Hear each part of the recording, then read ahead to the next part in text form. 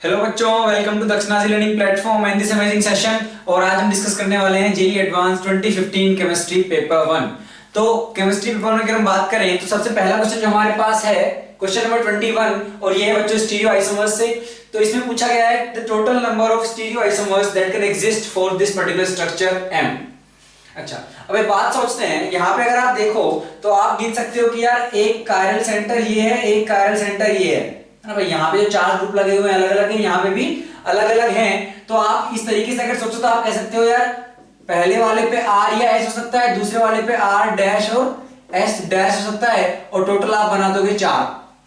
ठीक है, लेकिन यहाँ पे छोटी सी कैच है, क्या है कि एक बात देखिए, जो बाइसाइक्लो कंपाउंड आपके पास है, ठीक है, ये वाला जो है सेंटर कायरल सेंटर जहां पे आप कह रहे हो, अभी इसमें क्या है, ये ऊपर की तरफ है। ठीक है, ये जो है आपके पास ये ऊपर की तरफ है। अगर आप चाहते हो, मान लीजिए ये R है, अभी ये R है, अगर आप चाहते हो कि भाई इसकी S भी एग्जिस्ट करे तो बेसिकली आपको इस वाले को क्या करना पड़ेगा, नीचे करना पड़ेगा और उस हाइड्रोजन को ऊपर लाना पड़ेगा। अब क्योंकि ये स्ट्रक्चर, ये जो ब्रिजेड वाला है बच्चों, ये क्या है, रिजिड है। इस रिजिडिटी की वजह से क्या है, वो वाली फॉर्म आपकी पॉसिबल यहां पे नहीं है। थ्योरेटिकली जरूर आप 4 लिख सकते हो, लेकिन जब आप करने जाओगे तो क्या करना पड़ेगा आपको, भाई ये तोड़ के उसको पीछे से लाके जोड़ना है। मतलब समझ रहे हो, वो स्ट्रक्चर ही एग्जिस्ट नहीं करेगा। और अगर आप ऐसा करने जाओगे तो मतलब मॉलिक्यूल नहीं बचेगा। ये तो हम किन 4 स्ट्रक्चर की बात कर रहे हैं, वो 4 एग्जिस्ट इसके नहीं कर पाएंगे। तो अगर ये R दे रखा है तो R है, जो भी हम इसकी यहां से निकालेंगे, है ना, स्टीरियोकेमिस्ट्री, R है तो R है, S है तो S है, और same for this centre as well. ठीक है, तो हम कह रहे हैं यार इसके अल्टीमेटली जो बनेंगे ये है ना, बशर्ते ये ऑप्टिकली एक्टिव तो बिल्कुल है। ठीक है, क्योंकि इसमें कोई भाई अपने पास सेंटर ऑफ सिमेट्री या प्लेन ऑफ सिमेट्री यहाँ पे नहीं है, ऑप्टिकली एक्टिव ये है। और अगर ये ऑप्टिकली एक्टिव है तो इसकी जो मिरर इमेज बनेगी बच्चों, वो भी क्या होगी, ऑप्टिकली एक्टिव, और वो इसका एक स्टीरियो आइसोमर होगी। तो यहाँ पे टोटल अपने पास कितने होंगे, 2 ना कि 4, ये और इसकी मिरर इमेज। ठीक है, चलिए अगला क्वेश्चन देखिए, क्वेश्चन नंबर 22। क्या पूछा गया है भाई, अपने पास बीटा नेफ्थोल है। ठीक है, बीटा नेफ्थोल की रिएक्शन अपन ने NaOH से करवाई, अपने को N मिला। N के कितने रेजोनेटिंग स्ट्रक्चर्स हो सकते हैं। ठीक है, कोई बहुत टफ सवाल नहीं है ना, थोड़ा सा मतलब मेहनत करने वाला है ना, पेन वेन घिसोगे तो आंसर आ जाएगा। तो देखिए NaOH से रिएक्शन करेगा तो क्या बनेगा बच्चों, यहाँ पे माइनस आएगा। ठीक है, यहाँ पे आपका माइनस आया। अब आप क्या कह सकते हो भाई, अगला क्या बनेगा, ये माइनस इधर गया, ये इधर आ जाए तो यहाँ पे डबल बॉन्ड बन जाएगा, यहाँ माइनस आ गया। अब भाई ये माइनस यहाँ पे आ गया, ये माइनस यहाँ आ जाए, ये इधर शिफ्ट हो जाए तो क्या होगा, ये माइनस यहाँ आ जाएगा। अब क्या हो सकता है यहाँ से, या तो ये माइनस इसके साथ कंजुगेशन में चला जाए या इसके साथ। अगर इसके साथ गया तो क्या होगा, इसके साथ गया तो बच्चों क्या होगा, ये इधर जाएगा और ये इधर, तो माइनस कहां पे जाएगा आपका, यहां पे। और आप क्या करवा सकते हो, आप ये माइनस यहां जाए, ये इधर शिफ्ट हो जाए तो आपको ये मिल जाएगा। ठीक है, अगर हम इधर जाते इस तरफ तो हम क्या कह रहे हैं भाई, ये माइनस इधर जाता और ये इस पे शिफ्ट होते तो माइनस आता यहां पे। आप क्या कर सकते हो, आप इसको इधर इसको इधर तो माइनस आता यहां। अब क्या कर दीजिए, इसको इधर इनको इधर तो माइनस आएगा यहां। अब इसको इधर इनको इधर तो माइनस आएगा बच्चों ऐसे। तो आप टोटल लिख सकते हो इतने ही कॉम्बिनेशन यहाँ पे जो है बच्चों पॉसिबल हैं। ठीक है, तो 1 2 3 4 5 6 7 8 9, तो टोटल अपने पास कितने रेजोनेटिंग स्ट्रक्चर होंगे बच्चों इस केस में, 9। ठीक है, इंटीजर टाइप है, आंसर हो जाएगा अपना 9। अगला देखिए क्वेश्चन नंबर 23। क्या पूछा गया है, the total number of lone pairs of electrons in N2O3। ठीक है बच्चों, कंपैरेटिवली आसान क्वेश्चन है। अब N2O3 का स्ट्रक्चर आप कैसे बनाओगे, N डबल बॉन्ड O ये रहा।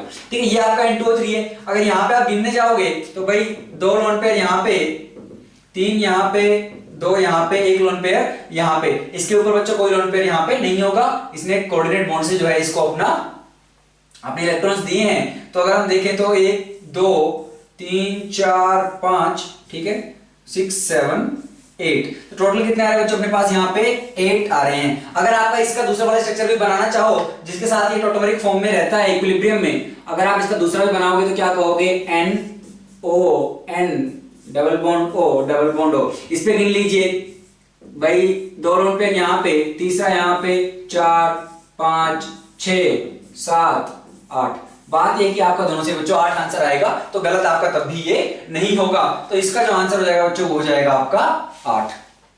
बच्चों अगला क्वेश्चन देखिए, क्वेश्चन नंबर 24। क्या बोला गया है, for the octahedral complexes of Fe3+ in SCN- thiocyanate and in CN- ligand environments, the difference between the spin only magnetic moments in Bohr magnetons है ना approximated to nearest integer। ठीक है, क्या बताना है अपने पास भाई, दो कॉम्प्लेक्स है आयरन के +3 में, एक साइनाइड के साथ है, एक थायोसाइनाइड के अपने पास है। तो हम क्या कह रहे हैं भाई, इन दोनों की जो मैग्नेटिक मोमेंट आएगी, स्पिन ओनली मैग्नेटिक मोमेंट, अपने को उनका डिफरेंस बताना है ना। अगर इंटीजर में नहीं आ रहा है तो हम उसको क्लोजेस्ट में क्या करते हैं बच्चों, अप्रोक्सीमेशन से उसको क्लोजेस्ट इंटीजर जो आएगा उसको आंसर बोलेंगे।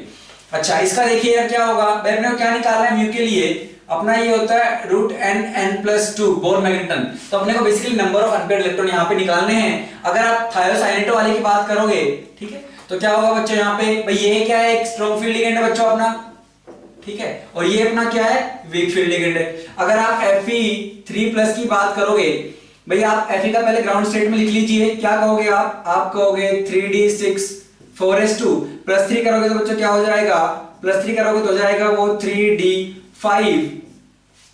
और अगर वो वीक फील्ड है, पेयरिंग नहीं करा पाएगा, तो आपके क्या होंगे बच्चों, यहाँ पे अनपेयर्ड इलेक्ट्रॉन, पेयरिंग नहीं होगी तो अनपेयर्ड इलेक्ट्रॉन होंगे 5। और यहाँ पे अगर हम बात करें, ठीक है, वही 3+ है तो क्या हो जाएगा d5। लेकिन क्या बच्चों यहाँ पे पेयरिंग हो जाएगी क्योंकि वो स्ट्रॉन्ग फील्ड लिगेंड है, और अपन पेयरिंग कराएंगे तो क्या होगा, पहले आपके पास भाई ऐसे थे, पेयरिंग कराओगे तो क्या होगा, ये लो, ठीक है, आपके पास अनपेयर्ड बचा बच्चों एक, ठीक है, इनर ऑर्बिटल कॉम्प्लेक्स है, ये हो जाएगा d2sp3, ठीक है, ये आपका रहा होगा sp3d2।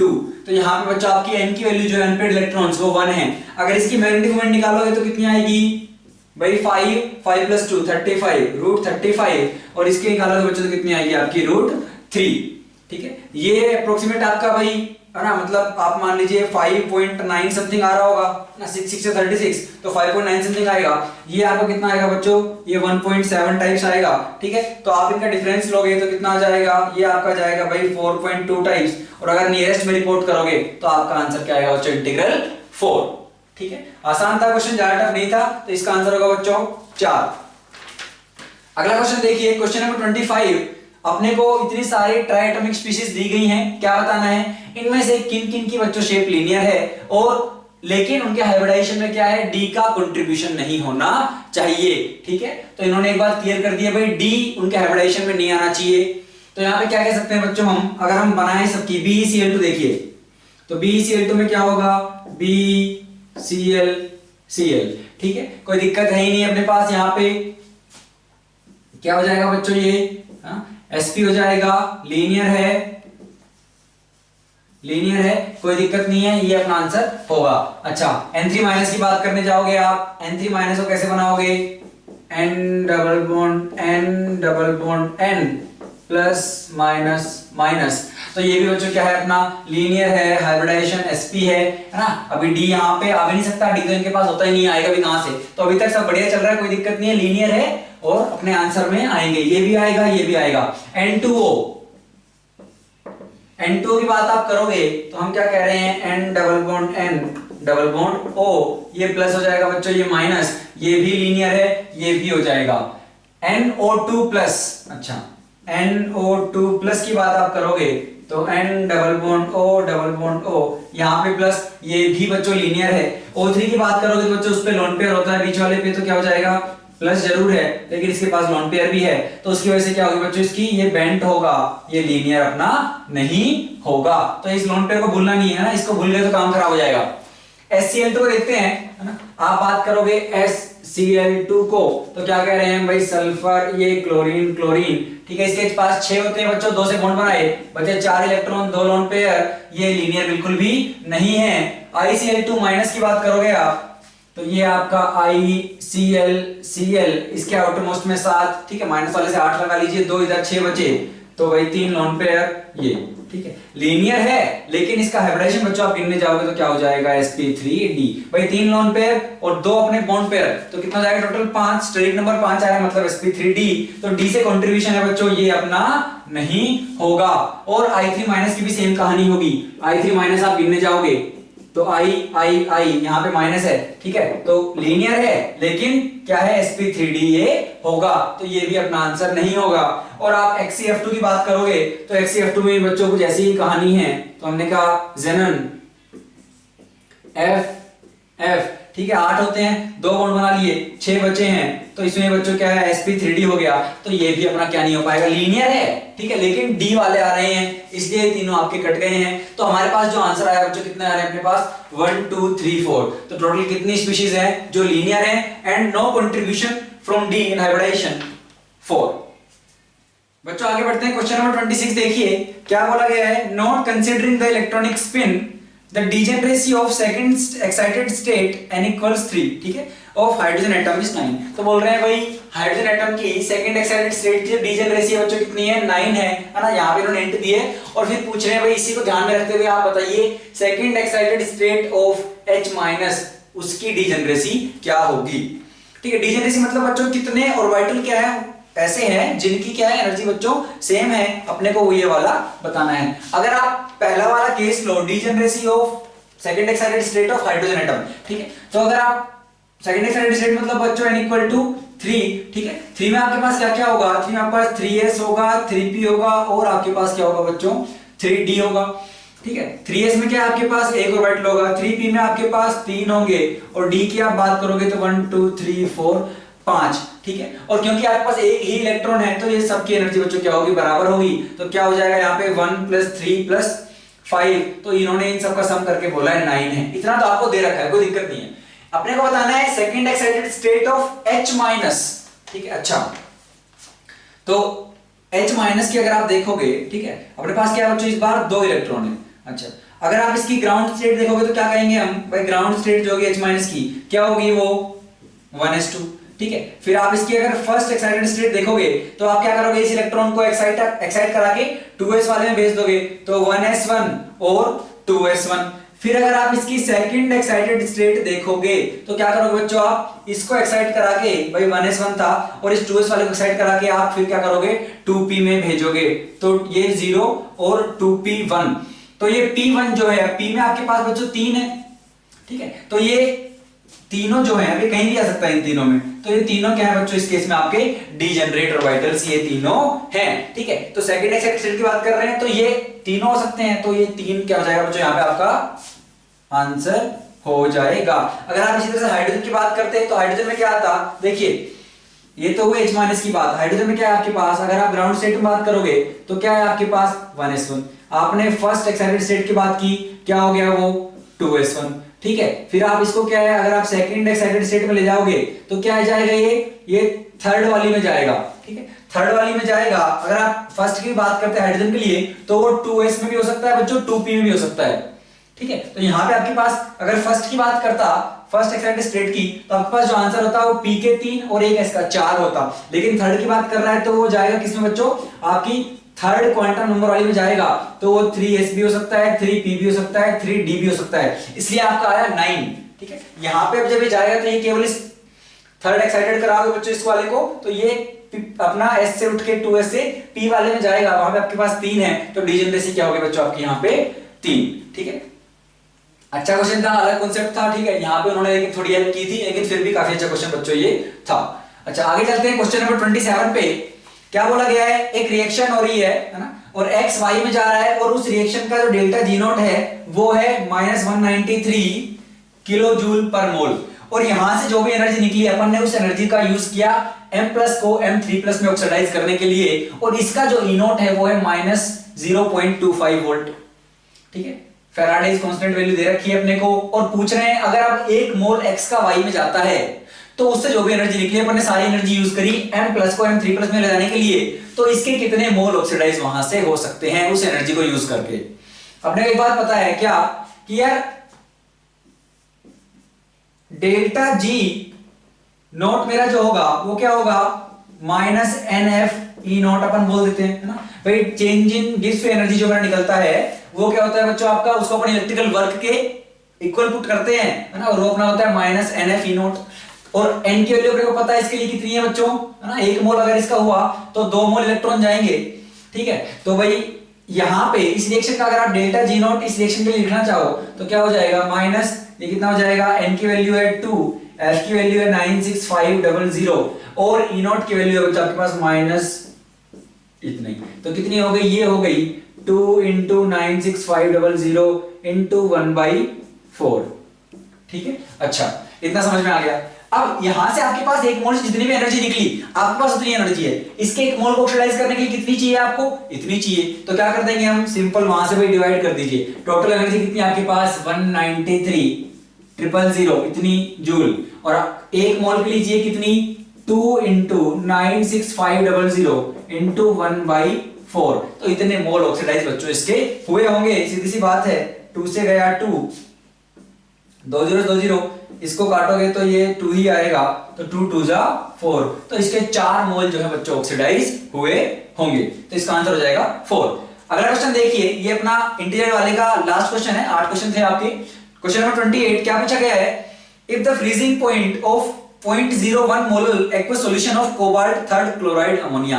भाई एक कॉम्प्लेक्स अपने पास कोबाल्ट +3 में है ना, अमोनिया है, क्लोराइड है उस कॉम्प्लेक्स में जो लिगेंड है, और मोलैरिटी जो है बच्चों वो 0.01 है, और इसमें क्या है, जो चेंज इन फ्रीजिंग पॉइंट आया है डेल्टा टीएफ जो है वो इतना आया है 0.0558 डिग्री सेल्सियस। हमें क्या बताना है, वाटर का केएफ दे रखा है, अपने को बताना है कि भाई Cl माइनस कितने जो है कोऑर्डिनेशन स्फीयर के अंदर होंगे।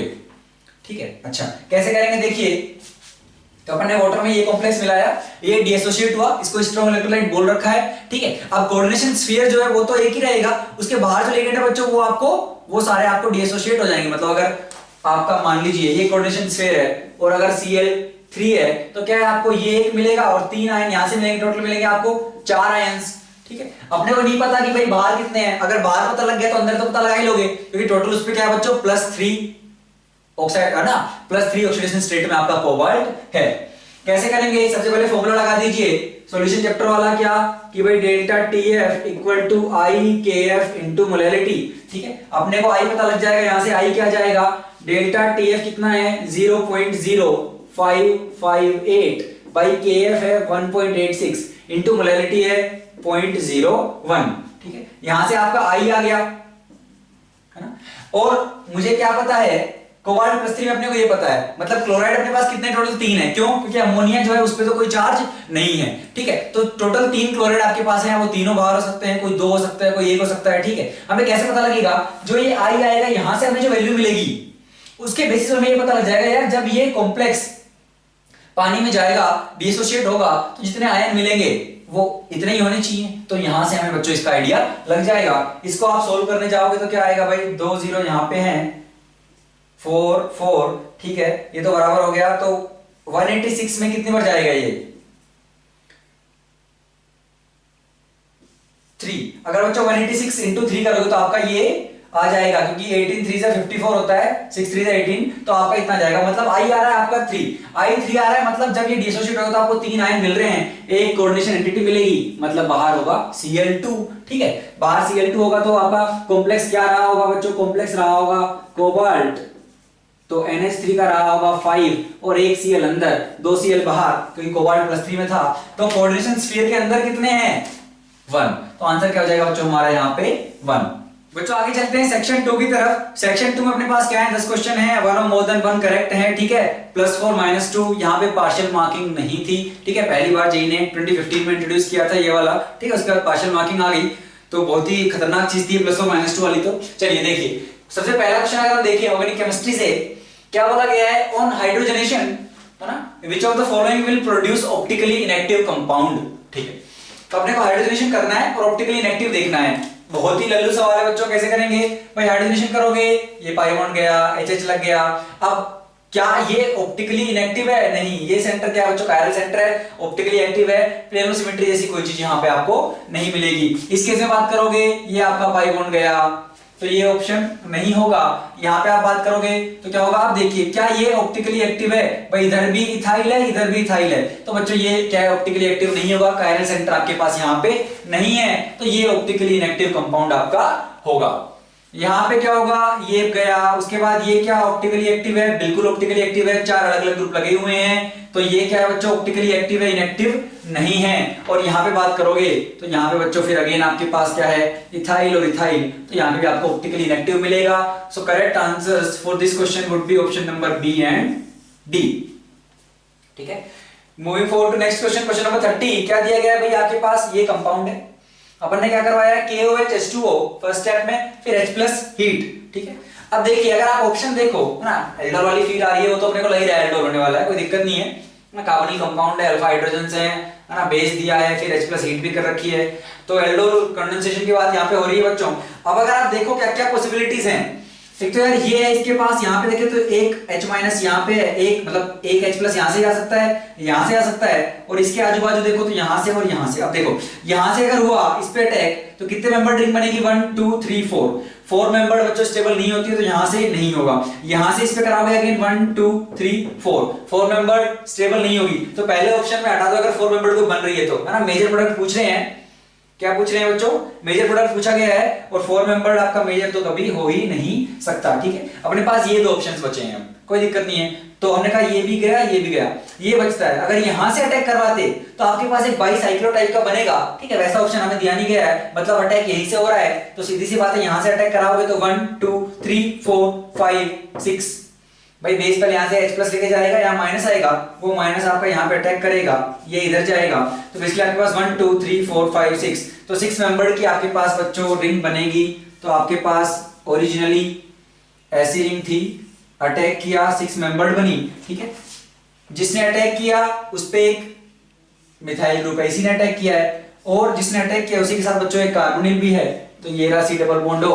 ठीक है, और उसके अलावा जहां पे अटैक हुआ है इस वाले पे, वहां पे O माइनस आ जाएगा बच्चों, O माइनस, ये सॉल्यूशन से H प्लस ले लेगा तो ये बन जाएगा OH, और अब ये OH बन चुका है। फिर क्या दिया है सेकंड स्टेप में, आप देखो तो H प्लस और हीट आपको दी गई है ना, ये अच्छा लिविंग ग्रुप बनेगा, वाटर, यहाँ पे प्लस चार्ज आएगा, प्लस चार्ज यहाँ पे आ गया है। अब क्या होगा, अब आपका H प्लस कहां से निकलेगा भाई, एलिमिनेशन हुआ है, ठीक है, H प्लस निकलेगा, डबल बॉन्ड बनेगा। अब देखिए अपना एसिडिक H कहां पे है, अगर आप देखो यहाँ पे जो H होगा बच्चों, अगर वो निकलेगा तो क्या है, वो इसके साथ कॉन्जुगेशन में आएगा, नेगेटिव चार्ज जो है आपका ओपे भी जाएगा, स्टेबल बनेगा, तो यहाँ पे बच्चों जो आपका माइनस है वो माइनस ज्यादा स्टेबल होगा, और माइनस आपका यहाँ बनेगा, तो डबल बॉन्ड आपका इस तरीके से यहाँ पे आ जाएगा। ऐसे देख सकते हैं जो फाइनल प्रोडक्ट बन रहा है उसमें कॉन्जुगेशन है, ज्यादा स्टेबलाइज्ड वो प्रोडक्ट आपका रहेगा। इस तरीके से आपके पास प्रोडक्ट बना है, कॉन्जुगेशन है, तो बच्चों ये क्या ज्यादा स्टेबल रहेगा, तो हम कह सकते हैं ये मेजर प्रोडक्ट आपका इस रिएक्शन का होगा, तो ऑप्शन नंबर ए। ठीक है, चलिए आगे चलते हैं बच्चों, क्वेश्चन नंबर 31। क्वेश्चन नंबर 31 में अगर आप देखो तो आपको अल्का डाइईन दी हुई है, ठीक है, और HBr एडिशन करा रहे हैं, तो क्या होगा बच्चों, यहाँ पे अब दो पॉसिबिलिटीज हैं भाई, जो HBr है पहले H प्लस देगा, H प्लस मान लीजिए अगर इसके अक्रॉस लगता है, मार्कोनिको एडिशन कराओगे आप भाई, यहां से हमने कहा दो पॉसिबिलिटीज आपको मिल रही हैं। एक पॉसिबिलिटी कौन सी है, यहां पे H प्लस का एडिशन हुआ तो भाई क्या हुआ, ये प्लस यहां पे आपके पास आ गया है, ठीक है, कॉन्जुगेशन में है, 3 डिग्री पे है, स्टेबलाइज्ड है। या फिर मान लीजिए अब कॉन्जुगेशन में जब ये जाएगा तो इसका दूसरा रेजोनेटिंग स्ट्रक्चर बन रहा है, तो वो क्या बनेगा बच्चों आपके पास यहाँ पे, और प्लस आपका 1 डिग्री पे जाएगा। अब अगर आप इस नजरिए से देखो भाई, यहाँ पे कौन स्टेबल है, ये वाली, अगर इंटरमीडिएट की बात करें स्टेबल ये है 3 डिग्री है, ये आपका क्या है 1 डिग्री है। लेकिन अगर हम इस नजरिए से देखें कि यार जो प्रोडक्ट बनेगा भाई, अब क्या करना है, हमें फाइनली कुछ नहीं करना है, Br माइनस जो उसको प्लस पे जाके लगाना है, तो यहाँ पे लगाओगे तो Br यहाँ लग जाएगा, ठीक है, और यहाँ Br लग गया तो H प्लस आपका यहाँ लगा, तो ये हो जाएगा बच्चों 1 2 एडिशन, और अगर यहाँ Br लगाओगे तो H प्लस यहाँ लगा, Br यहाँ लगा, ये हो जाएगा 1 4 एडिशन। ठीक है, अगर देखो तो इंटरमीडिएट ये स्टेबल है, क्योंकि यहाँ पे 3 डिग्री पे आपका क्या प्लस आ रहा है, और यहाँ पे आपका 1 डिग्री पे है, लेकिन प्रोडक्ट ये स्टेबल है क्योंकि आपकी अल्कीन जो है बच्चों वो मोर सब्स्टिट्यूटेड है, नंबर ऑफ अल्फा हाइड्रोजन्स यहाँ पे ज्यादा हैं। तो अब क्या बनाओगे आप प्रोडक्ट को स्टेबल बनाओगे या फिर आप इंटरमीडिएट देख के वहां से जो प्रोडक्ट बनाओगे बच्चों, ये डिपेंड करता है टेम्परेचर पे। इस वाले को अपन बोलते हैं काइनेटिकली कंट्रोल्ड प्रोडक्ट, ठीक है, इसको बोलते हैं काइनेटिकली कंट्रोल्ड प्रोडक्ट, और ये बच्चों अपना होता है थर्मोडायनेमिकली कंट्रोल्ड प्रोडक्ट। ठीक है, ये बनता है बच्चों अपना रूम टेम्परेचर पे। अगर आप HBr की बात करोगे तो ये जो बनता है बच्चों टेम्परेचर डिपेंडेंट है, -70 डिग्री सेल्सियस के आसपास आपका ये वाला मेजर बनेगा। और अगर रूम टेम्परेचर की बात करें बच्चों तो आपका जो 1 4 एडिशन है, जो हमारा थर्मोडायनेमिकली कंट्रोल्ड प्रोडक्ट है, वो आपका प्रोडक्ट बच्चों यहाँ पे बनेगा। इसको आप ग्राफ से समझ सकते हो कि भाई क्या हो रहा है, यहाँ पे कुछ ऐसा है बच्चों कि आपके पास स्टार्टिंग में यहां पे रिएक्टेंट है, ठीक है, HBr का एडिशन हुआ अपने पास, ऐसे समझिए दो रास्ते हैं अपने पास, एक हम कह रहे हैं यार कुछ इस टाइप का है, दूसरा हम कह रहे हैं यार उसमें क्या है ये। तो एक में एक्टिवेशन एनर्जी जो है बच्चों ये है अपना कौन सा KCP, इसमें क्या है एक्टिवेशन एनर्जी जो है बच्चों कम है, इस वाले में क्या है एक्टिवेशन एनर्जी ज्यादा है क्योंकि अपना इंटरमीडिएट क्या है उतना स्टेबल नहीं है, 1 डिग्री कार्बोकेटायन आप बना रहे हो, ठीक है। लेकिन अगर आप देखो जो फाइनली प्रोडक्ट बन रहा है वो किसके केस में स्टेबल है, वो स्टेबल है इस केस में, ठीक है। यहां पे जो प्रोडक्ट बन रहा है वो लेस स्टेबल है क्योंकि भाई अल्कीन अपनी जो है वो मोर सब्स्टिट्यूटेड नहीं है ना, होफमैन वाली है, उस तरीके समझ सकते हो, ये अपना सिडजेफ टाइप की जो मोर सब्स्टिट्यूट रहती थी वो वाली अल्कीन आपकी है, ठीक है। तो अब तो ये टोटली डिपेंड करेगा टेम्परेचर कैसा है, अगर टेम्परेचर सपोर्ट कर रहा है कि यार कोई दिक्कत नहीं है, आराम से बढ़िया जो है अच्छा प्रोडक्ट चाहिए, टेम्परेचर सपोर्ट कर रहा है, एक्टिवेशन बैरियर को जो है इनफ नंबर ऑफ मॉलिक्यूल्स पार कर ले रहे हैं तो आपका बनेगा थर्मोडायनामिकली वाला, और अगर टेम्परेचर उतना नहीं है, मॉलिक्यूल्स के पास उतनी एनर्जी नहीं है कि वो इस बैरियर को पार कर पाए तो बनेगा बच्चों आपका काइनेटिकली कंट्रोल्ड वाला। तो हमने कहा यहाँ पे टेम्परेचर क्या दिया है, अगर हम देखें टेम्परेचर एज कुछ दिया नहीं है, अगर नहीं दिया तो हम रूम टेम्परेचर ही मानते हैं, रूम टेम्परेचर मानोगे बच्चों तो HBr के केस में कौन सा बनेगा TCP ना कि KCP। तो आप एडिशन करवाओगे 1,4 एडिशन, और 1,4 एडिशन करवाओगे तो जो प्रोडक्ट बनेगा वो होगा कौन सा हो जाएगा बच्चों, ऐसे डबल बॉन्ड और यहाँ पे हो जाएगा Br, और ये आपको दिया गया है इस कोड में, ये है बच्चों आपका ऑप्शन नंबर डी। तो ऑप्शन नंबर डी में क्या है आपको ये वाला प्रोडक्ट यहाँ पे दिया गया है। अगला क्वेश्चन देखिए बच्चों क्या है, the structure of D plus glucose. तो भाई D प्लस ग्लूकोज का स्ट्रक्चर इन्होंने बना के दे रखा है, ये हमें भली भांति पता था, नहीं देते तो भी बना लेते। चलो फिर पूछ रहे हैं the structure of L minus glucose. तो भाई D प्लस का दे दिया, L माइनस का पूछ रहे हैं, सिंपली क्या करना है बच्चों अपने को इसकी मिरर इमेज लेनी है, इसकी मिरर इमेज आप लोगे तो बच्चों वो आपको क्या मिल जाएगा भाई, ये OH CHO यहीं रहेगा, ये 1 2 3 यहाँ पे फाइनली आपके पास है CH2OH, जो जिधर साइड है वो उसी साइड आएगा बच्चों, भाई जो मिरर से जितनी पास है वो उतनी ही पास इधर बनेगा, तो HOH ये। तो इस टाइप का बच्चा आपको कुछ मिलेगा। तो अगर आप देखेंगे तो ये आपको एक ही ऑप्शन में दिया गया है, तो इसमें आ जाएगा बच्चों आपका इस कोड में ऑप्शन नंबर ए। सिंपली आपको मिरर इमेज लेनी है, ठीक है भाई। हम डीएल डिफाइन करते थे कि लास्ट वाले कायरल सेंटर पे फिशर में अरेंज किया आपने, लास्ट वाले कायरल सेंटर पे जो आपका OH है वो क्या है राइट साइड में है, राइट साइड में है इस लाइन पे, तो क्या हो जाएगा बच्चों ये D, और यहाँ पे देखिए लेफ्ट पे आ गया है तो ये आपका हो जाएगा बच्चों L, ये प्लस है तो ये माइनस होगा, क्योंकि अगर आप मिरर इमेज लोगे इनांशियोमर्स की, मतलब दो इनांशियोमर्स जो होते हैं बच्चों, एक अगर आपका राइट में रोटेट कर रहा है तो उसकी मिरर इमेज जो है वो लेफ्ट में रोटेट करती है, तो बिल्कुल अगर ये प्लस है तो वो माइनस होगा, ये D है तो वो L होगा, वहां से आपका कंफर्म भी हो रहा है, तो ऑप्शन नंबर ए। बच्चों आगे बढ़ते हैं, क्वेश्चन नंबर 33, ये भी ऑर्गेनिक केमिस्ट्री से, ये क्या पूछा गया है, आपके पास एक भाई ये सबस्ट्रेट है, ठीक है, इसमें NH2 लगा हुआ है और इसकी स्टीरियोकेमिस्ट्री बता रखी है भाई, ये क्या है आपका वेज पोजीशन पे है, ये C=H है, ठीक है। NaNO2 aqueous HCl क्या होगा भाई, डाइसोनियम बनेगा, बेसिकली यहाँ पे N2+ बन जाएगा, और वो N2+, हाँ भाई, तो ये यहाँ पे क्या होगा बच्चों, पहले आपका N ट्रिपल बॉन्ड N+, ये आपका बन जाएगा, और क्योंकि यहाँ पे क्या है बच्चों N2 अब एक गैस है वो निकलना चाहिए, एंट्रोपी सपोर्ट करेगी, तो यहाँ पे आपका बेसिकली N2+ जैसे निकलेगा, ये इलेक्ट्रॉन लेके निकलेगा तो आपका यहाँ पे प्लस चार्ज आएगा। अब जिन्होंने इतना करवा के सीधा प्लस चार्ज लगाया और एक्वस से H2O का अटैक करवा के OH लगा दिया, वो हो जाएगा गलत, क्योंकि यहाँ पे प्लस चार्ज अगर आप लाओगे तो एक चीज देखो, आप कार्बोनिल के साइड में प्लस चार्ज ला रहे हो तो वो स्टेबल नहीं है, ठीक है। और यहाँ पे एक चीज आप भूल रहे हो क्या, कि जो ये कार्बोनिल है, ये जो ऑक्सीजन है, इसके पास लोन पेयर है, ये इंट्रामोलिकुलर अटैक कर देगा तुरंत ही, जैसे N2 निकलना चाहेगा तुरंत अटैक करेगा, तो ये अटैक यहाँ पे कर देगा और ये यहाँ से निकल रहा होगा, ठीक है। इसको अपन एक और चीज बोलते हैं, NGP भी बोलते हैं बच्चों, नेबरिंग ग्रुप पार्टिसिपेशन, लेकिन बेसिकली वो इंट्रामोलिकुलर अटैक ही है। तो ये न्यूक्लियोफाइल काम करके अटैक करेगा, जैसे न्यूक्लियोफाइल काम करके अटैक करेगा तो इस पे क्या होगा बच्चों, इस पे प्लस आएगा, ये इधर शिफ्ट होंगे और ये अपने इलेक्ट्रॉन्स इधर देगा, तो बेसिकली आपके पास क्या बनेगा, हमने कहा ये यहां से ऑक्सीजन जो है उसने यहाँ पे बॉन्ड बना लिया है और यहाँ पे डबल बॉन्ड OH, यहाँ पे प्लस आ गया है और N2 गैस आपकी बच्चों क्या है निकल गई है, ठीक है। अब ये ऊपर की साइड था तो उसने पीछे से अटैक मारा, अब क्या होगा, अब अगेन अगर हम देखें तो यहाँ पे प्लस आ गया है, ठीक है, 3 मेंबर्ड रिंग है बच्चों, अनस्टेबल है, तो क्या होगा, H2O अपना उसी साइड से अटैक मारेगा, किस साइड से, जिस साइड से आपकी N2 निकली थी। मतलब जो ये स्टीरियोकेमिस्ट्री दे रखी थी आपको कि भाई ये वेज पोजीशन पे थी, तो बच्चों ये जो है वो उसी साइड से अटैक मार रहा है, वो वेज पोजीशन पे ही आएगा। तो यहां से आपको जो प्रोडक्ट मिलेगा, वैसे भी अगर आपको याद हो तो एनजीपी जो है बच्चों, उनमें जो है आपकी स्टीरियोकेमिस्ट्री जो है बदलती नहीं है, इन्वर्जन नहीं होता है, रिटेंशन होता है उस कॉन्फ़िगरेशन पे।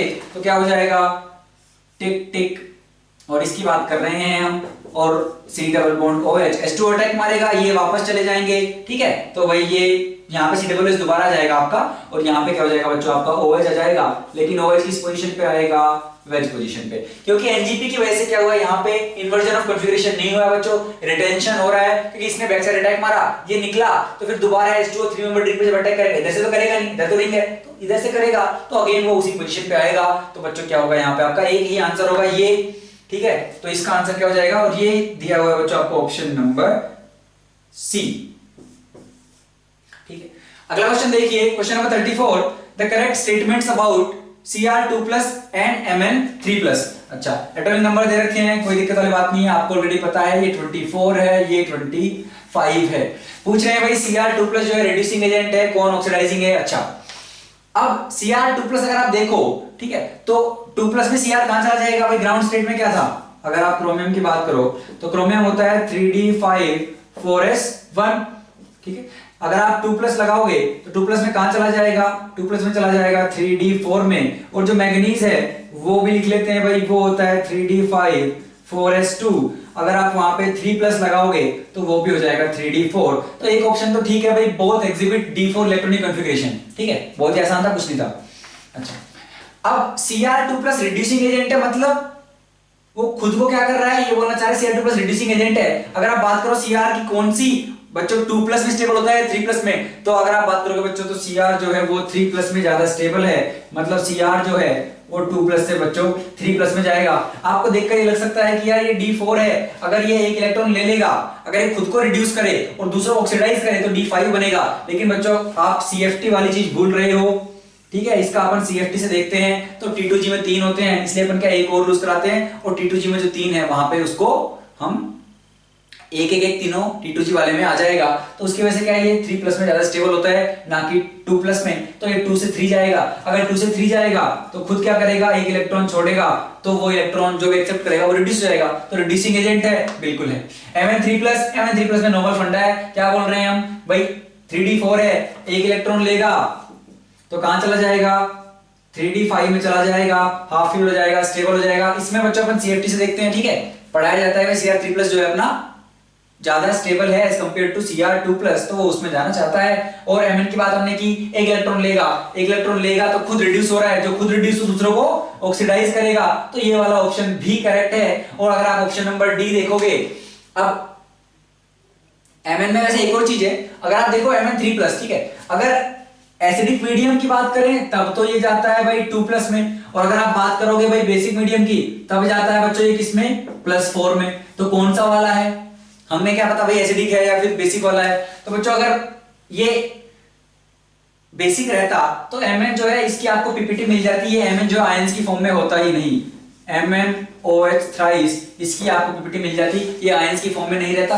अगर ये आयंस की फॉर्म में है, इसका मतलब है कि वो एसिडिक मीडियम है, तो अपन मान सकते हैं वो 2+ में जाएगा, ठीक है, और 2+ में जाएगा तो वो एक इलेक्ट्रॉन एक्सेप्ट करेगा, 3d5 बनेगा, तो वो दूसरों को ऑक्सीडाइज करेगा, ठीक है। लास्ट देखिए Cr2+ used as reducing agent, तो Cr कहां चला जाएगा, d5 में, है ना भाई, रिड्यूसिंग एजेंट है, बिल्कुल सही बात है ना, दूसरों को रिड्यूस कर रहा है, खुद को ऑक्सीडाइज कर रहा है, मतलब एक इलेक्ट्रॉन और लूज करेगा, तो d4 से d5 नहीं बनेगा, वो d3 बनेगा। तो ये ऑप्शन क्या है, ये ऑप्शन भी आपका गलत है। तो कौन कौन से सही हो गए, तो करेक्ट ऑप्शन बच्चों जो आपके हो गए वो हो गए ऑप्शन ए, बी एंड सी, ठीक है। अच्छा, आगे चलते हैं क्वेश्चन नंबर 35। क्वेश्चन नंबर 35 में क्या बोला गया है, प्यूरिफिकेशन ऑफ कॉपर कर रहे हैं अपन by electrolytic refining by of blister copper, ठीक है। तो अपने को बेस्मराइजेशन के बाद जो ब्लिस्टर कॉपर मिलता है उसकी अपन अब इलेक्ट्रोलाइटिक रिफाइनिंग कर रहे हैं, प्योर कॉपर वहां से अपन निकालने की कोशिश कर रहे हैं। तो क्या बोल रहे हैं ये, उस प्रोसेस के बारे में कौन कौन सी बातें सही हैं।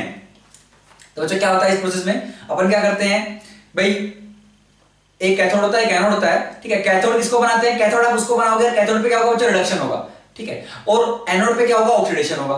तो जो इंप्योर आपके पास जो कॉपर है, आप उसको क्या है, आप उसकी एक मोटी सी रोड बनाते हो, उसको आप बच्चों एनोड पे रखते हो। क्यों, क्योंकि वहां से जो कॉपर है पहले वो वहां से पिघल के निकल के बेसिकली ऑक्सीडाइज होके वो सॉल्यूशन में जाएगा, ठीक है, सॉल्यूशन में जाएगा। वो सॉल्यूशन में जाने के बाद मतलब जीरो से वो है ना प्लस वाली में जाएगा, तो वहां पे वो ऑक्सीडाइज होगा, तो एनोड पे ऑक्सीडेशन हुआ, वो सॉल्यूशन में गया। सॉल्यूशन के बाद वो वहां से रिड्यूस होकर बच्चों अपन जो कैथोड यूज करते हैं वो कॉपर की प्योर स्ट्रिप होती है, ठीक है, और वहां पे जा जाके बच्चों क्या है अपना ये कॉपर जो आयन में आ गया है एनोड से, वो जा जाके रिड्यूस होके आपकी कैथोड वाली स्ट्रिप पे जो है बच्चों जमा होता जाएगा, डिपॉजिट होता जाएगा। तो ये प्रोसेस है। तो एनोड का बनाते हैं इंप्योर वाला, और कैथोड पे क्योंकि वहां पे जमा हो रहा है प्योर बन के, तो ऑब्वियसली वो तो प्योर वाला ही होगा, है ना। तो प्योर वाला अपन लेते हैं बच्चों कहां पे, कैथोड पे, ठीक है। अब ऑप्शन देखिए, और आपका जो सॉल्यूशन है बच्चों वो एसिडिफाइड CuSO4 रहता है, ठीक है। एसिडिफाइड क्योंकि ताकि आपको जो है बच्चों कॉपर हाइड्रोक्साइड की पीपीटी आपको ना मिले, ठीक है, इसलिए अपन का एसिडिक मीडियम रखते हैं। अब अगर आप देखो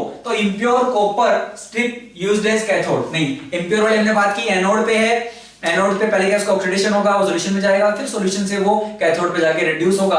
तो कैथोड पे नहीं, इंप्योर होगा एनोड पे, है ना। कैथोड पे तो प्योर स्ट्रिप होगी बच्चों आपकी।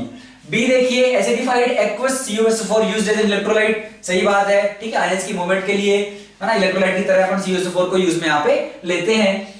Pure copper deposit at cathode, तो ये बात तो सही है ना भाई, प्योर जो है बच्चों वो कैथोड पे जा जाके डिपॉजिट होता रहेगा। बच्चों ऑप्शन नंबर डी देखिए, impurity settle down as anode mud. तो बेसिकली आपने जो एनोड बनाया है, ठीक है, आपका जो इंप्योर कॉपर था जहां से अपन क्या है प्योर कॉपर निकालना चाह रहे हैं, तो अपन ने उसका एनोड बनाया।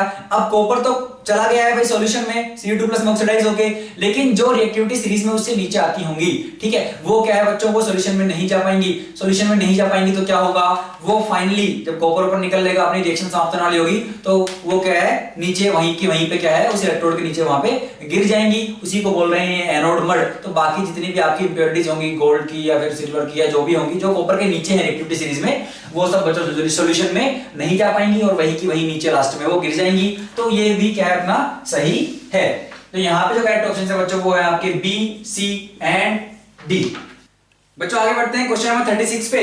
36 पे देखिए क्या पूछा गया है कि भाई Fe3+ is reduced to Fe2+ by, आपको ऑप्शन दिए गए हैं H2O2 in presence of NaOH, Na2O2 in presence of water. अच्छा, अगर आप ऑप्शन बी देखो बच्चों तो यहाँ पे क्या रिएक्शन होगी आपकी, Na2O2 in presence of water बोला है, तो यहाँ पे भी आपका क्या बन रहा होगा बच्चों, H2O2 प्लस आपका NaOH, ठीक है। तो यहाँ पे बेसिकली आपको वही दिया गया है कि भाई Na2O2 in presence of water मतलब H2O2 प्लस NaOH, तो ये भी ऑप्शन नंबर ए जैसा ही है, तो मतलब ये दोनों सेम ही ऑप्शन है, मानिए आप। H2O2 in presence of H2SO4, तो ये बेसिक मीडियम में है H2O2, यहाँ पे एसिडिक मीडियम में है, और Na2O2 in presence of H2SO4, अगर आप इस रिएक्शन को भी देखोगे तो क्या है Na2O2 प्लस H2SO4, तो बेसिकली ये है बच्चों आपकी Na2SO4, ठीक है, प्लस क्या बन जाएगा आपका H2O2। ये तो एक सोल्ट है, इसका कोई मतलब अपने को एसिडिक बेसिक से है नहीं, तो बेसिकली आपके पास, और हमने H2SO4 में मिलाया है सब कुछ, तो ये तो अपने पास एक्सेस में होगा ही, तो बेसिकली यहाँ पे भी H2O2 प्लस H2SO4 है, मतलब ये भी क्या है सेम है।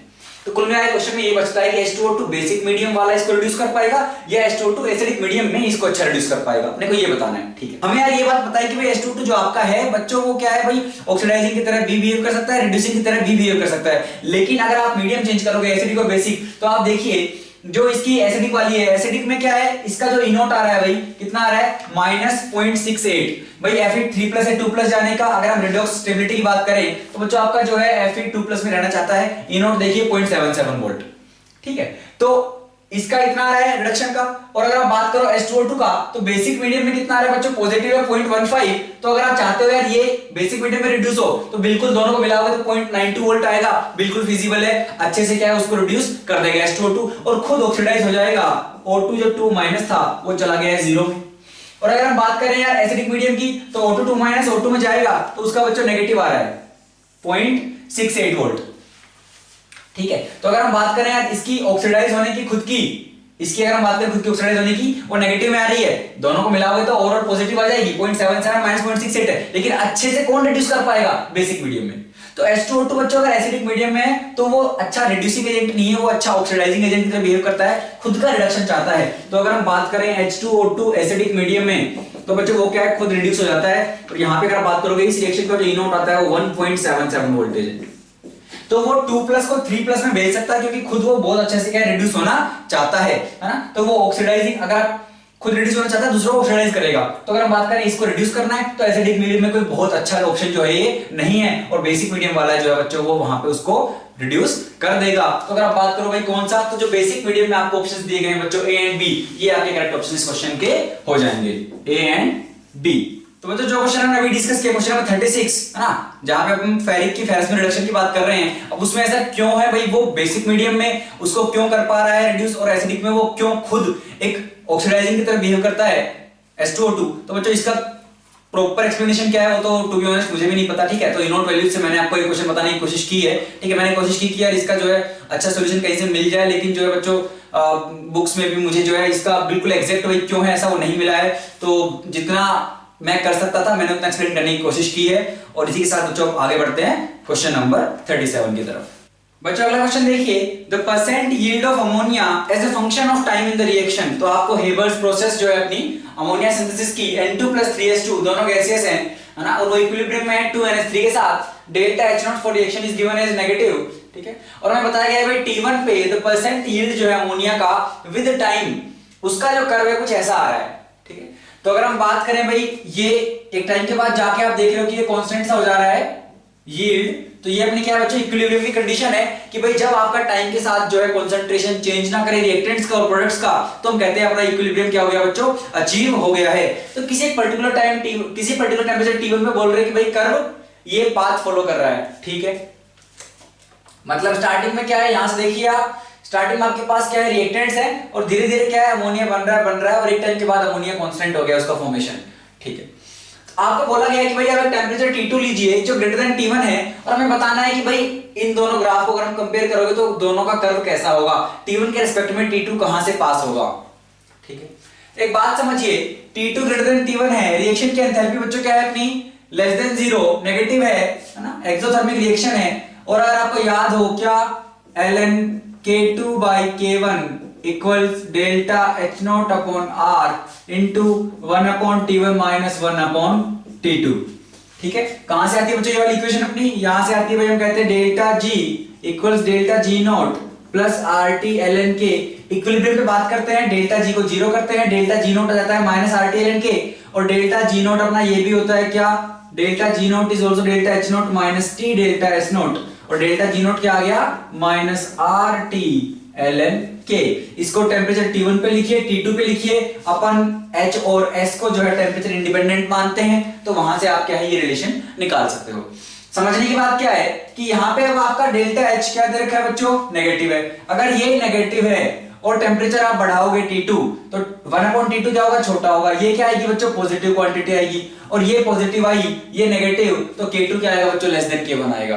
आसान सी बात है कि भाई अगर एक्सोथर्मिक रिएक्शन हीट निकाल रही है, आप टेंपरेचर बढ़ा रहे हो, तो आपका बच्चों जो K होगा रेट कांस्टेंट वो डिक्रीज करेगा, ठीक है। तो रिएक्शन का रेट क्या हो जाएगा, कम। लेकिन ये बातें हैं इक्विलिब्रियम के आसपास की, ठीक है। अभी बात देखिए, कुछ में क्या बोल रखा है, ये देखिए जहां पे T2 में क्या है वो ज्यादा अमोनिया बना रहे हैं, इक्विलिब्रियम के आसपास भी ये इक्विलिब्रियम हो गया भाई यहाँ पे अगर आप देखो इस टाइम के बाद तो ऑलमोस्ट ये फ्लैट हो गए हैं आपके कर्व, ठीक है, फ्लैट हो गए हैं। तो हम कह रहे हैं भाई ये इक्विलिब्रियम वाली कंडीशन होगी, तो यहाँ पे T2 पे ज्यादा बना रहे हैं, तो ये तो गलत हो गया। T2 पे क्या होगा बच्चों, अपना रेट कांस्टेंट घटेगा, तो आपका जो सिंथेसिस होगा वो आपका गिर जाएगा। तो T2 पे जो है बच्चों, और यहाँ पे तो सेम दिखा रहे हैं, ठीक है, तो ये भी अपना कैंसिल हो गया, सेम होने का भी कोई सवाल पैदा नहीं होता है। अब दो बचते हैं, जहां पे T1 जो है बच्चों उसमें इक्विलिब्रियम के बाद ज्यादा सिंथेसिस हो रहा है, ज्यादा बन रहा है, सही बात है इनमें। लेकिन डिफरेंस क्या है कि स्टार्टिंग में अगर आप देखो तो इस वाले ऑप्शन में, बी ऑप्शन में T2 वाला कर्व जो है वो T1 वाले को काट रहा है, मतलब ऊपर था वो और फिर कहीं जाके इस टाइम पे बच्चों वो उसको क्रॉस कर रहा है, ठीक है। लेकिन T2 ज्यादा था, और यहाँ पे जो है T2 हमेशा ही T1 के नीचे रहा है। एक बात आप देखिए, अरेनियस क्या बोलते हैं, अरेनियस ने कहा था भाई जो आपका रेट कांस्टेंट है उसका उन्होंने टेंपरेचर के साथ रिलेशनशिप दिया था, बोला K equals A into e to the power minus EA by RT। भैया टेंपरेचर बढ़ाओगे तो आपका रेट कांस्टेंट बढ़ता है। आपके पास ज्यादा मॉलिक्यूल्स होंगे जो आपके उस एनर्जी बैरियर को क्रॉस कर सकेंगे, तो हम कह सकते हैं कि भाई हमारा रेट कांस्टेंट बढ़ेगा। अब स्टार्टिंग में ये इक्विलिब्रियम वाली बात थी, तो रेट कांस्टेंट जो है टेंपरेचर के साथ तो बढ़ता ही है, टेंपरेचर बढ़ाओगे आपका रेट कांस्टेंट बढ़ेगा ही बढ़ेगा, उसमें कोई मतलब जो है शंका वाली संदेह वाली बात नहीं है बच्चों। और अगर आप देखो स्टार्टिंग में आपके पास ये था, ये बना भी नहीं था, ठीक है, तो अगर कहे रिएक्शन पीछे भी आएगी क्योंकि एक्सोथर्मिक वाली है, तो लेकिन स्टार्टिंग में तो ये है ही नहीं, स्टार्टिंग में टेंपरेचर बढ़ाओगे बच्चों तो इनकी एनर्जी और बढ़ेगी, ये ज्यादा फॉर्मेशन करेंगे, तो स्टार्टिंग में तो आपका रेट जो होगा वो T2 पे बढ़ेगा। लेकिन हाँ एक्सोथर्मिक है तो जब आप इक्विलिब्रियम के आसपास की बात करोगे तो एक टाइम T के बाद जाके जो है अपना रेट कम हो जाएगा और T2 वाले केस में अपने को जो है अमोनिया कम मिलेगी। लेकिन स्टार्टिंग में तो बच्चों T2 वाला ज्यादा होगा, एक टाइम के बाद जाके वो कम हो जाएगा। तो आपका कौन सा ग्राफ सही है यहाँ पे बच्चों? आपका सही होगा ऑप्शन नंबर बी। अगला क्वेश्चन देखिए, सॉलिड स्टेट से क्या बोला गया है कि एक सीसीपी स्ट्रक्चर है, ऑक्साइड जो है सीसीपी फॉर्मेशन कर रहा है और ऑक्टाहेड्रल वॉइड जो है ना, उनमें क्या है बच्चों अपना एल्यूमिनियम है, कितनी ऑक्टाहेड्रल वॉइड्स ऑक्यूपाई की है नहीं बताया है, m फ्रैक्शन बोल दिया है। सिमिलरली आपका जो टेट्राहेड्रल वॉइड्स है उनमें से कुछ टेट्राहेड्रल वॉइड्स में आपका मैग्नीशियम है, हमें बताना है भाई m और n की पॉसिबल वैल्यूज क्या हो सकती हैं। बच्चों दो तरीके सोच सकते हो कि भाई अपना कुछ कैसा है, भाई Al की कुछ x है, Mg की कुछ y है और ऑक्साइड के कितने हैं बच्चों?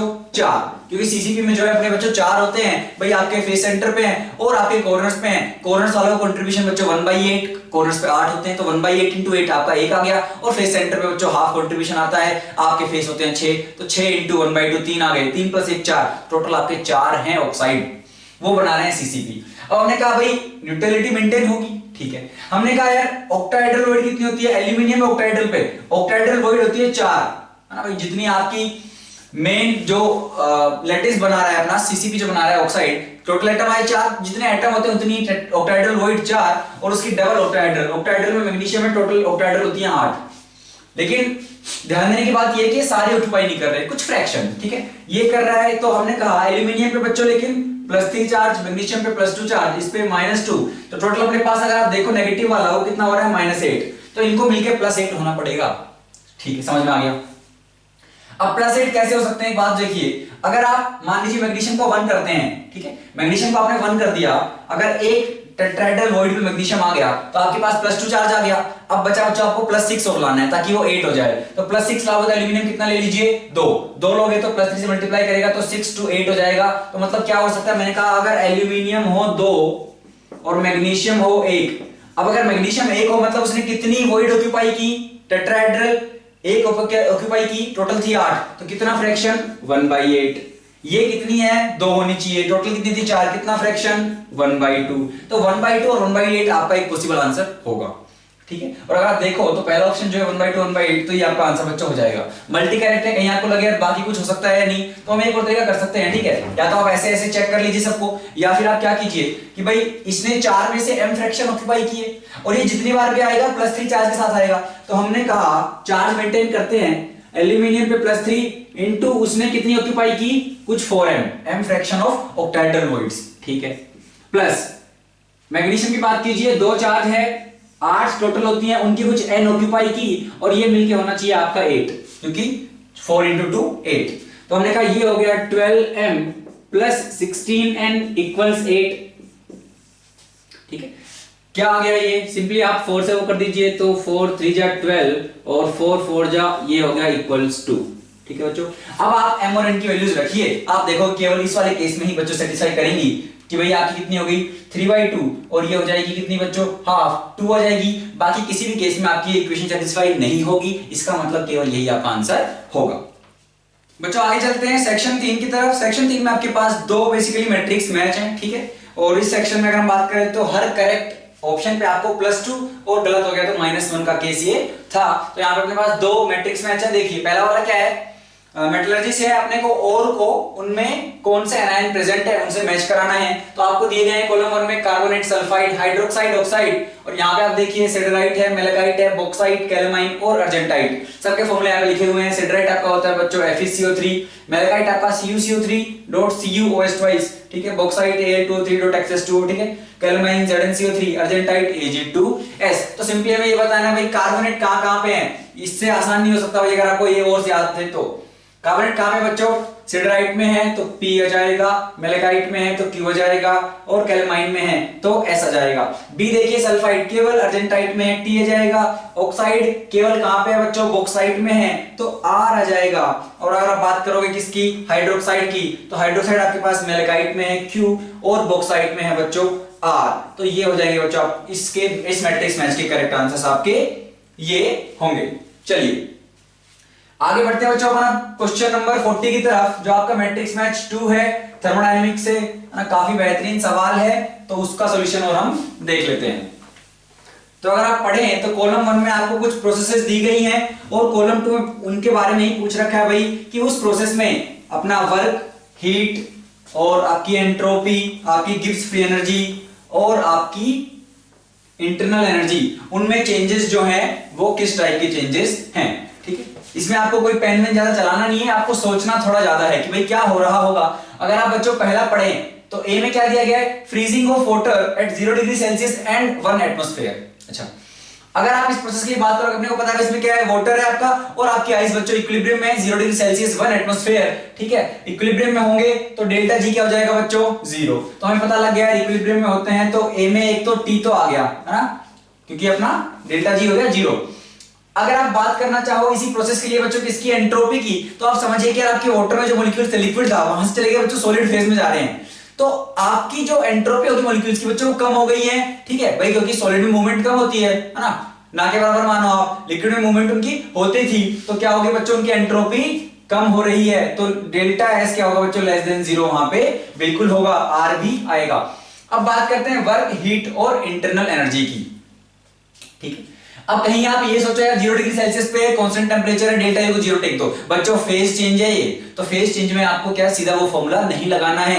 आप ऐसे समझिए कि भाई जो अगर आप बात करो वर्क की, तो हम कह रहे हैं वाटर से जा रहा है आइस में, तो वाटर में क्या है बच्चों आपका वॉल्यूम, अगर हम बात करें भाई वाटर की डेंसिटी ज्यादा होती है आइस वाले से, तो अगर आप बात करो वॉल्यूम आपका क्या है, वाटर में कम था और आइस में आपका वॉल्यूम क्या हो रहा है बच्चों, अगर आप देखो आपका आइस में वॉल्यूम बढ़ रहा है, तो अगर आप देखो आपका वॉल्यूम यहाँ पे क्या है बच्चों, एक्सपेंड हो रहा है, तो सिस्टम यहाँ पे वर्क क्या है कर रहा है सराउंडिंग के अगेंस्ट, तो यहाँ पे वर्क 0 नहीं होगा बच्चों, वर्क कुछ ना कुछ आपका यहाँ पे आएगा। अगर आप हीट की बात करोगे तो बच्चों अगर आपको मान लो आइस है और वो पिघलानी है, तो आप हीट उसको दोगे, और अगर उल्टी प्रोसेस हो रही है, वाटर से आइस बन रही है, तो बच्चों एक्सोथर्मिक है, आपकी हीट इस प्रोसेस में निकलेगी, तो इस प्रोसेस में क्या होगा आपका डेल्टा जो क्यू होगा हीट है ना, वो लेस देन 0 होगा, आपका वर्क भी कुछ ना कुछ होगा, हमने बात की सिस्टम वर्क इसमें करेगा, क्योंकि वहां पे वॉल्यूम बच्चों आपका क्या हो रहा है, बढ़ रहा है।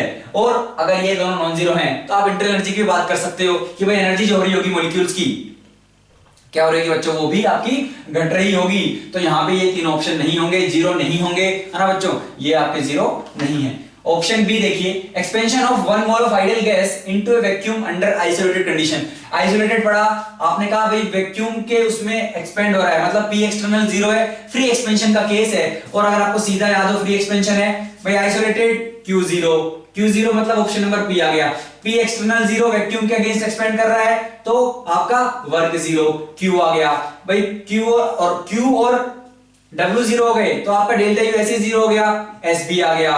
ठीक है, और अगर हम बात करें एंट्रोपी, तो बच्चों क्या है, फ्री एक्सपेंशन हो रहा है, वॉल्यूम बढ़ रहा है, मॉलिक्यूल्स को ज्यादा जगह मिल रही है घूमने फिरने के लिए, तो क्या है बच्चों आपकी एंट्रोपी मॉलिक्यूल्स की बढ़ेगी, घटेगी नहीं, वो गलत ऑप्शन है। और अगर हम बात करें एंथैल्पी की, गिब्स फ्री एनर्जी की, डेल्टा जी की, तो क्या कह रहे हैं हम कि भाई 1 मोल आपका वैक्यूम में एक्सपेंड कर रहा है बच्चों, स्पॉन्टेनियस प्रोसेस है, क्योंकि बाहर में कोई प्रेशर आपका है नहीं, वो फटाफट से क्या है बच्चों एक्सपेंड कर जाएगा, तो आपका जो है डेल्टा जी वहां पे स्पॉन्टेनियस तो लेस देन 0 होगा बच्चों, 0 वहां पे नहीं होगा, कोई इक्विलिब्रियम यहां पे नहीं है, तो आपके करेक्ट ऑप्शन बच्चों इसमें PQS ही आएंगे। अगला देखिए, mixing of equal volume of 2 ideal gases at constant pressure, ठीक है, इन एन आइसोलेटेड कंटेनर। तो बेसिकली आपके पास क्या है, इस तरह का कुछ कंटेनर है, ठीक है, यहाँ पे V वॉल्यूम था, यहाँ पे V वॉल्यूम था, यहाँ पे कुछ गैसेस थी और यहाँ पे कुछ गैसेस हैं, है ना, आपने ये बीच का कंपार्टमेंट जो बच्चों ये हटा दिया, तो बेसिकली अब इसमें क्या है, दोनों की मिक्सिंग होगी। एक बात समझिए, पहले इस वाले के पास V वॉल्यूम था, इस वाले के पास V वॉल्यूम था, जैसे आप ये बीच का पार्टीशन हटाओगे दोनों मिल जाएंगे, दोनों के लिए ज्यादा स्पेस है, रेंडमनेस बढ़ रही है, तो डेल्टा S क्या होगा बच्चों आपका रैंडमनेस की बात करोगे आप एंट्रोपी की, तो वो बढ़ रही है लेस देन जीरो नहीं होगी, वो ग्रेटर देन जीरो होगी। अगर आप बात करो यहाँ पे भाई गिब्स फ्री एनर्जी का क्या हो रहा है बच्चों, स्पॉन्टेनियस प्रोसेस है, आपने कोई वर्क नहीं किया है, आपने पार्टीशन हटाया तुरंत मिलना शुरू हो गई, तो स्पॉन्टेनियसली क्या है वो अपने आप हो रहा है, तो डेल्टा जी क्या होगा, लेस देन जीरो होगा। यानी कि ना तो एंट्रोपी वाला ऑप्शन यहाँ पे आएगा और ना आपका बच्चों गिब्स फ्री एनर्जी वाला ऑप्शन यहाँ पे आएगा। अब आगे चलते हैं, बचा क्या क्या, वर्क, हीट और इंटरनल एनर्जी। समझिए भाई आपने वर्क तो कुछ किया नहीं, पार्टीशन हटाया हो गया, आइसोलेटेड है मतलब क्यू जीरो हो गया, तो ऑप्शन नंबर पी तो वैसे ही आ गया, पी आ गया। वर्क आपने कुछ किया नहीं, ठीक है, सिस्टम सराउंडिंग के साथ किस तरह का वर्क वगैरह नहीं कर रहा है, तो आपका क्यू भी इसमें हो जाएगा, ठीक है। और ये हो गया बच्चों तो इंटरनल एनर्जी जो है भाई, पहले इस वाले सेक्शन की जो भी U1 थी, इसकी जो UT थी, तो पहले आपके पास U1 प्लस U2 थी, मिलाई दोनों मिली, तो बाद में भी U1 प्लस U2 ही होगी, तो बच्चों आपकी क्या हो जाएगी, यहाँ पे इंटरनल एनर्जी में कोई चेंज नहीं आया है। यहां से भी कर सकते हो, ये दोनों जीरो हैं, वर्क और हीट जीरो है, तो आपकी इंटरनल एनर्जी भी जीरो होगी बच्चों, उसमें चेंज, तो आपका एस ऑप्शन भी यहां पे आ जाएगा। जो बी में था सेम आपका जो है सी में वही ऑप्शंस आए हैं। लास्ट देखिए जो डी है, डी में क्या बोला गया है, reversible heating of H2 gas at 1 atmosphere from 300 to 600 kelvin and followed by reversible cooling. तो पहले भाई अपन H2 गैस की क्या रिवर्सिबल हीटिंग कर रहे हैं, 300 से 600 लेके गए और फिर 600 से दोबारा 300 पे ले आए हैं, रिवर्सिबल कूलिंग की है, तो हमें बताना भाई क्या क्या होगा। प्रेशर अपना बच्चों 1 एटमॉस्फेयर ही है, समझते हैं।